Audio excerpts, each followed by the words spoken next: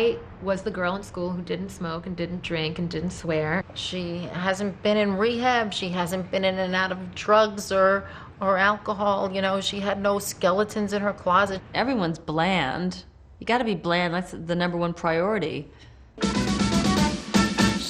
your love. I just can't shake your love. Shake. Back in the 80s, there was that moment when, you know, her brand of bubblegum pop was all over the place. Debbie Gibson had a virtual chastity belt on with all the skipping, the hopping, and the grinning, the smiling, the spinning. That cutesy-wootsy image definitely signaled, you know, I'm not spreading them, boys. Hands off. This is not a game of love, but... And I was more of like a late bloomer.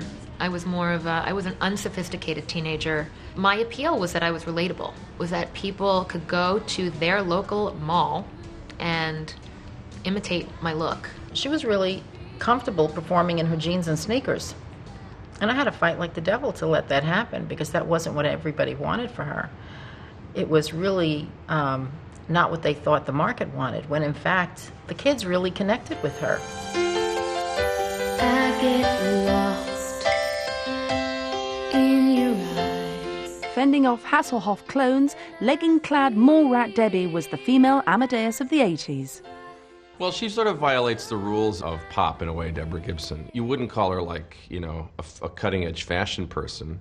And the strength was that she wrote all of her own music, you know, and produced it all and stuff and played the instruments. And that's really unheard of in a pop princess. She was always very defensive about the fact that she wrote her own songs. Like that always worked its way into her interviews. I wrote my own music, damn it. Oh, darn it. She'd say darn it, though, not damn it. I think with Debbie Gibson, they tried to make her as like the great singer with played all the instruments, she produced her own records, and I went, who cares? It's electric. The kids cared, that's who. About Debbie's clarion call to get out and do something less boring instead. My song, Electric Youth, basically is about treating young people like people and listening to their opinions and decisions.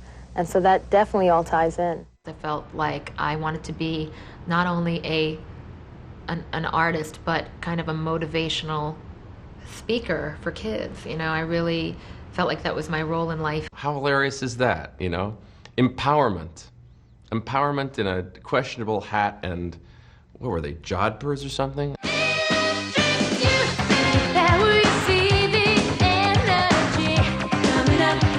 It was like My Generation by Pete Town. You know, she was trying to make a grand claim for her generation or whatever, and it was great.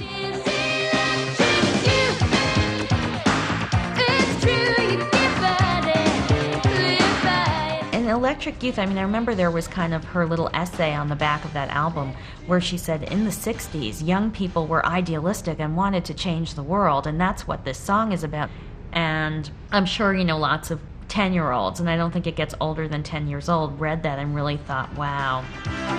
The sweet smell of Debbie's success was soon bottled and flogged to hapless teens everywhere. It's very clean and fresh, and it's what Deborah's all about. Fruity smells are what I like. She was trying to lead a revolution in smell, I guess. Smell this, kids, and follow me. Everyone wanted a piece of Gibbo, but some of Debbie's fans followed her a little too closely. One man made an attempt on her life, you know. One was going to steal her. I actually dealt with quite a bit of that because my image was very innocent. And I think that really brings crazy people out of the woodwork because they want to be the one to kind of corrupt you. But by the early 90s, she was already on the slippery slope. In an attempt to shed her goody two-shoes image, Debbie did dirty.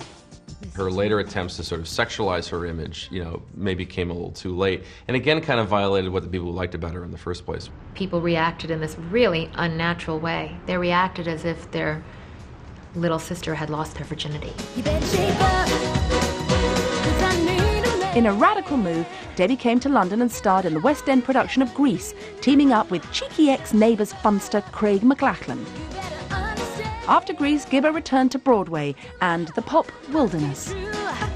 I think I was very aware that I was in a transitional phase and that music was not really where I was. Like, the music I was hearing on the radio at that time really didn't have a lot to do with what I was creating. If you want a little bit of fun, But after spending the 90s treading the boards, Debbie's back, all grown up and reinvented as Deborah.